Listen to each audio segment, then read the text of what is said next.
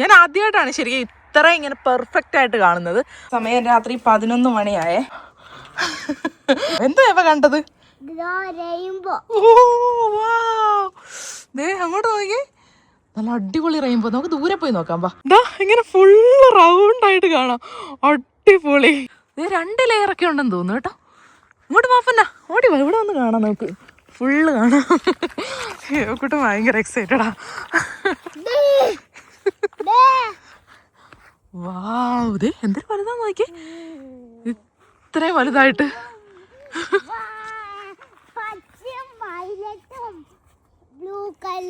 എല്ലാ കളറും ഉണ്ടല്ലേ. വാവ്, നല്ല അടിപൊളി റൗണ്ടേ. എന്നാ ഭംഗിയാ നോക്കിയേ.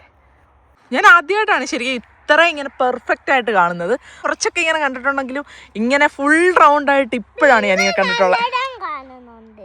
പിങ്ക് കളർ നല്ലോണം കാണുന്നുണ്ട്. അതിനകത്ത് ഇങ്ങനെ പല ലെയർ ഉണ്ട് കണ്ടോ. അത് ചെറുതായിട്ട് ലൈറ്റായിട്ട് ഈ ഭാഗത്ത് കാണുന്നുണ്ട്. ഇവിടെ ആയിട്ട് കൊതുകുണ്ട് കേട്ടോ, നല്ല രീതിയിൽ കൊതു കുത്തുന്നുണ്ട്.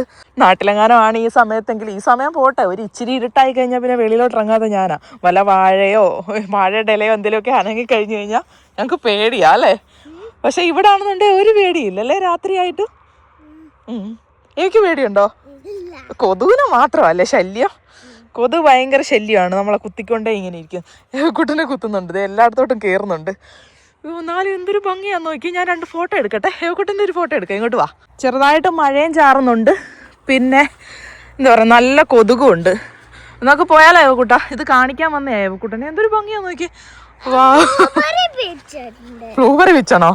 ഓക്കെ. എപ്പോൾ വെളിയിൽ ഇറങ്ങിയാലും ഈ സാധനം പിച്ച് കഴിക്കണം. ഇപ്പം നമ്മുടെ റെഡ് കറന്റ് പഴുത്ത് കിടക്കുവാണല്ലോ, പിച്ച് കഴിക്കുക. ഭയങ്കര ഇഷ്ടമായോ കൂട്ടൻ ഇത്. കാണാൻ എന്തൊരു ഭംഗിയാണെന്നറിയാവോ. നല്ല രസമാണ്. ഇങ്ങനെ മഞ്ചാടിക്കുരു പോലെ കിടക്കും. കണ്ടോ, കൊള്ളാവോ? മതി, അത്രയും പിച്ചിയാ മതി. ബാ. എന്തൊരു ഭംഗിയാന്ന് നോക്കി ഇവിടെ എല്ലാം കാണാനായിട്ട്. രാത്രിക്ക് ഒരു പ്രത്യേക ഭംഗിയാ. ആ സൈഡിലാണെ സൂര്യന്റെ ആ ഒരു വെട്ടവും, ഈ സൈഡിലാണെ റെയിൻബോയും. കൊതുക് സമ്മതിക്കത്തില്ല.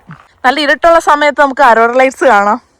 വെട്ടമുള്ള സമയത്ത് രാത്രിയിൽ ഇങ്ങനെ റെയിൻബോ കാണാം. രാത്രിയിൽ റെയിൻബോ കാണാൻ പറ്റുക എന്നുള്ളത് ഒരു ഭയങ്കര, അതെ, മഴ പെയ്യുമ്പോൾ റെയിൻബോ കാണാം. പക്ഷെ രാത്രി 11 മണിക്ക് മഴവില്ല് കാണുക എന്നുള്ളത് വലിയൊരു ഭാഗ്യം തന്നെയല്ലേ. രാത്രി ആയപ്പോൾ പൂച്ചക്കുട്ടൻ ഇറങ്ങി വന്നതുണ്ടോ? ഇതൊരു വലിപ്പമെന്ന് നോക്കിയാൽ ഉണ്ടോ. നല്ല വലിപ്പമുള്ള പൂച്ചയാണ് ഇവിടുത്തെ പൂച്ചകളൊക്കെ. കിളികളെയൊക്കെ പിടിക്കാൻ നടക്കുമോ എന്തോ. ഒരു കിളി അതിൻ്റെ അടുത്ത് കൂടെ പോയതുണ്ടോ, പറന്ന് നോണ്ട പോകുന്നു, നടന്നു. അവിടെ നിൽപ്പുണ്ട് സൈഡിലിങ്ങനെ. അവിടെ ഒരു സംഭവം വീണ് കിടപ്പുണ്ട് നോക്കി, കണ്ടോ. എലി കുടുങ്ങിയിട്ടുണ്ട് അതിനകത്ത്. നമ്മുടെ ഒരു ചെടിയും കൂടെ അവന്മാർ മുറിച്ചിട്ടിട്ടുണ്ടായിരുന്നു. പിന്നീട് ട്രാപ്പിനകത്ത് വീണിട്ടുണ്ട്. നല്ല അടിപൊളി പാൻ കേക്ക്സ് ഉണ്ടോ. ഇതാണ്, ഇങ്ങനെയാണ് പാൻ കേക്ക്സ് ഇരിക്കുന്നത് ശരിക്കും. കളറൊക്കെ ഈ കളർ വരണം. നല്ല സോഫ്റ്റ്. നമ്മുടെ നാട്ടില് ദോശയൊക്കെ ചുട്ടെടുക്കുന്നുള്ളു. ഈ സൈഡാണ് അതിന്റെ ഹൈലൈറ്റ്, ഈ കളറ്. രാവിലെ ഭയങ്കര സ്നേഹപ്രകടനങ്ങളൊക്കെയാ അച്ഛനും മോളും കൂടെ. ഏവക്കൂട്ടന്റെ മുടിയെല്ലാം കിടക്കുന്നുണ്ടോ. നിനക്ക് ആരെയാ ഇഷ്ടം? ആദ്യത്തെ അച്ഛൻ. അയ്യോ, 1 മിനിറ്റ് ലേറ്റായ കളർ മാറും. ഓക്കെ, പണി കിട്ടും. കെട്ടിപ്പിടിക്കാൻ പോയല്ലേ. ഇവക്ക് കൊടുക്കാം നോക്ക്.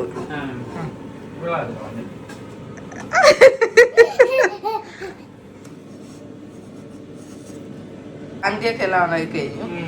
പലതിനും പല കളറാണ്. ചില സമയത്ത് ചട്ടിപ്പത്തിരിയോ അത് വേറെതാ. കുരിച്ചിലപ്പം. അത് നോക്കി ഈ പാത്രത്തിലല്ല ഉണ്ടാക്കുന്നത്, ചട്ടിക്കകത്താ ഇങ്ങനെ മൺചട്ടി. ഭയങ്കര ടേസ്റ്റ് അത്. ഇപ്പൊ തിരിച്ചിടും കണ്ടോണം. നോക്കട്ടെ, കളർ കണ്ടോ.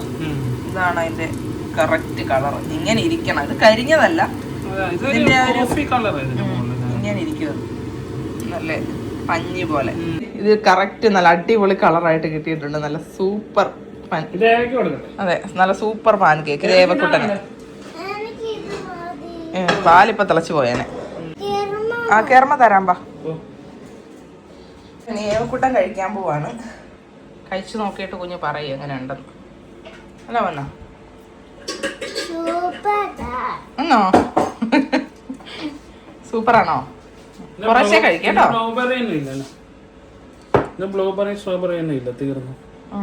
രാവിലെ നമ്മൾ ഇനി ബ്രേക്ക്ഫാസ്റ്റ് കഴിക്കാൻ പോവാണ്. ഇതിന്റെ കൂടെ നമ്മൾ കഴിക്കാൻ എടുത്തേക്കുന്നത് ക്രീമും വിപ്പിഡ് ക്രീമും പിന്നെ പഴമാണ്. നമ്മുടെ അടുത്താണെങ്കിൽ ബ്ലൂബെറി സ്ട്രോബെറി എല്ലാം തീർന്നിരിക്കുക. ഉണ്ട് ബ്ലൂബെറി, പക്ഷെ ഫ്രോസൺ സെറ്റ് ആവാൻ എനിക്ക് തോന്നുന്നില്ല. ഫ്രഷ് ആയിട്ടുള്ളത് വേണം കഴിക്കാൻ. തൽക്കാലം ഇതങ്ങോട്ട് ഞാൻ കഴിക്കാം. പിന്നെ മേപ്പിൾ സിറപ്പ് ഉണ്ട്, ഹണി ഉണ്ട്, ജാമുണ്ട്, സ്ട്രോബെറി ജാമൊക്കെ ഉണ്ട്. ഒരു ഇച്ചിരി സൈഡ് വെച്ചിട്ട് മതിയോ? മതി.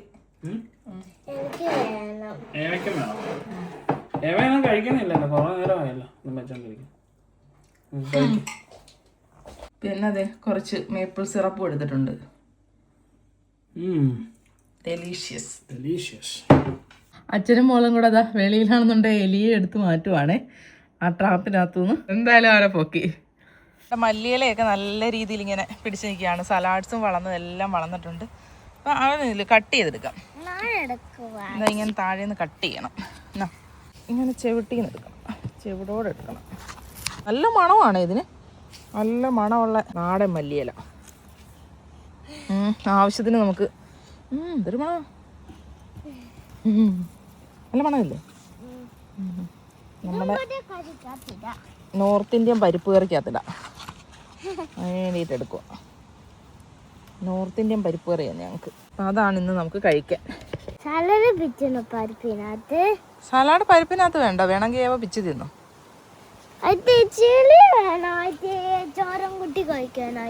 ചില്ലി ചോറും കൂട്ടി കഴിക്കാനോ? ആ വേണേ ഒരെണ്ണം പിച്ചിക്കോ. ഓക്കെ, ഒരു ചില്ലിയും പിച്ചിട്ടുണ്ടേ കൂട്ടെ. ഓക്കെ മതി, വാ പോവാ.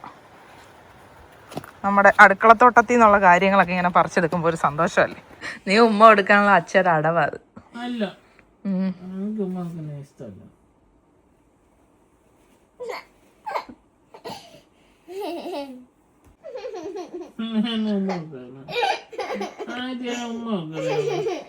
അച്ഛയെ ശല്യം ചെയ്യാനായിട്ട് ഏവക്കുട്ടൻ.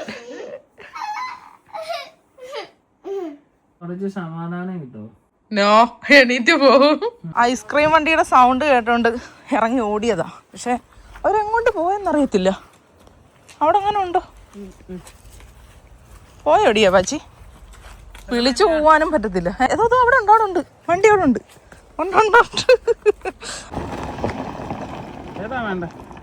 അപ്പൊ അതെ നല്ല അടിപൊളി ഐസ്ക്രീം വാങ്ങിച്ചിട്ടുണ്ട് ഏവക്കുട്ടന് കഴിക്കാനായിട്ട് അല്ലേ? നമ്മുടെ നാട്ടിലാണെന്നുണ്ടെങ്കിൽ ഇങ്ങനെ സൈക്കിളിലൊക്കെ ആയിരിക്കും വരുന്നത്, ഇവിടെ ആണെന്നുണ്ടെങ്കിൽ ഇങ്ങനെ വണ്ടിയല്ല വരുന്നത്. നല്ല പാട്ടൊക്കെ ഇട്ട് വരും. അപ്പൊ പാട്ട് കേൾക്കുമ്പോഴത്തേക്ക് നമ്മൾ ഇറങ്ങി ഓടി. അങ്ങനെ ദേ ഏവക്കുട്ടന് കിട്ടിയിട്ടുണ്ട് ഐസ്ക്രീം. ഒന്ന് കാണിച്ച് ഏത് ഐസ്ക്രീമാണ് വാങ്ങിച്ചെന്ന്.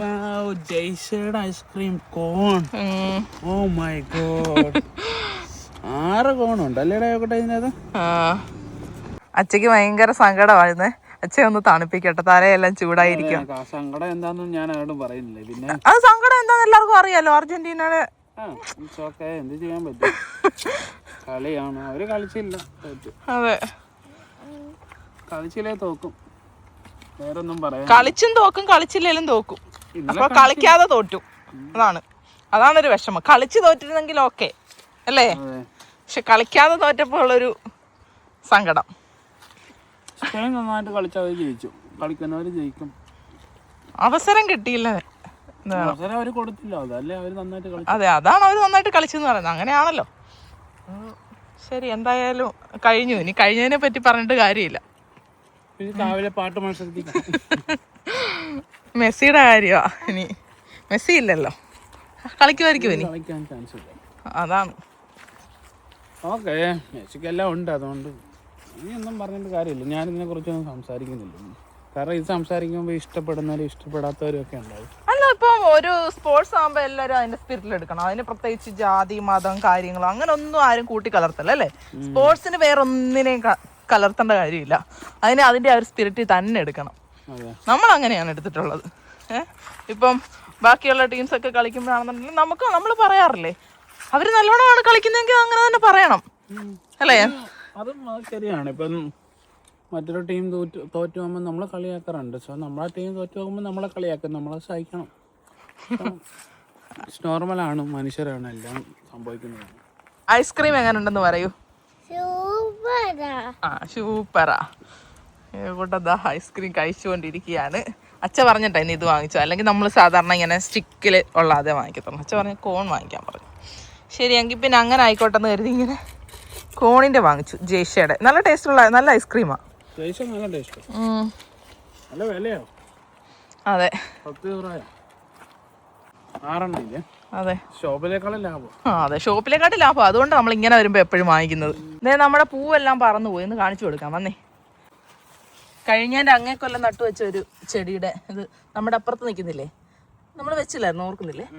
അതിന്റെ തന്നെ ഇവിടെ നിന്ന് പിടിച്ചു വരും. അത് വിന്ററൊക്കെ സർവൈവ് ചെയ്ത് ഇത് പൊഴിഞ്ഞു പോയി. കുറെ എല്ലാം പൊഴിഞ്ഞു താഴെ കിടക്കുന്നു.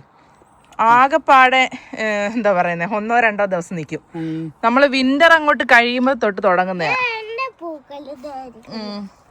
വിന്റർ അങ്ങോട്ട് കഴിയുമ്പോ തൊട്ട് നമ്മൾ ഇത് നടാനും ഇതിന്റെ കെയറിങ്ങും എല്ലാം ആരംഭിക്കും. 2-3 മാസത്തെ പരിപാടി.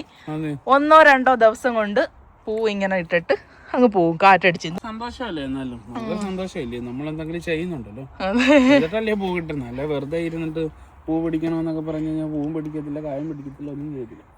നമ്മൾ എന്തെങ്കിലും ചെയ്യുന്നതിന്റെ ഒരു ഫലം കിട്ടുമ്പോൾ നമുക്ക് സന്തോഷമുണ്ട്. എല്ലാവർക്കും ഇഷ്ടപ്പെട്ടായിരുന്നു ഈ ഒരു പൂ. ഇതിന്റെ വിത്തൊക്കെ എടുത്ത് സൂക്ഷിച്ച് വെക്കണം എന്നൊക്കെ പറഞ്ഞ്. വിത്തിട്ട് ഇതിങ്ങനെ കിളിക്കുമോ എന്നുള്ളത് എനിക്ക് അറിയത്തില്ല, നമുക്കൊന്ന് ട്രൈ ചെയ്ത് നോക്കണം. ചിലപ്പോ കിഴങ്ങെടുത്ത് വെച്ചാൽ കിളിക്കും. കിഴങ്ങ് വെച്ച് കിളിക്കും, അത് നമുക്കിത് കഴിയുമ്പോഴത്തേക്ക് എടുത്ത് വെക്കാം. പക്ഷെ വിത്തിന്റെ എനിക്ക് അറിയത്തില്ല. ഞാനിങ്ങനെ വീഡിയോസ് ഒക്കെ കണ്ടിട്ടുണ്ട്, ഇങ്ങനെ ചിലർക്കൊക്കെ കിളിച്ചിട്ടുണ്ടെന്നുള്ളത്. വിത്തിട്ട് കിളിക്കുമോ എന്ന് എനിക്ക് അറിയത്തില്ല, നമുക്കൊന്ന് ട്രൈ ചെയ്ത് നോക്കണം എന്തായാലും.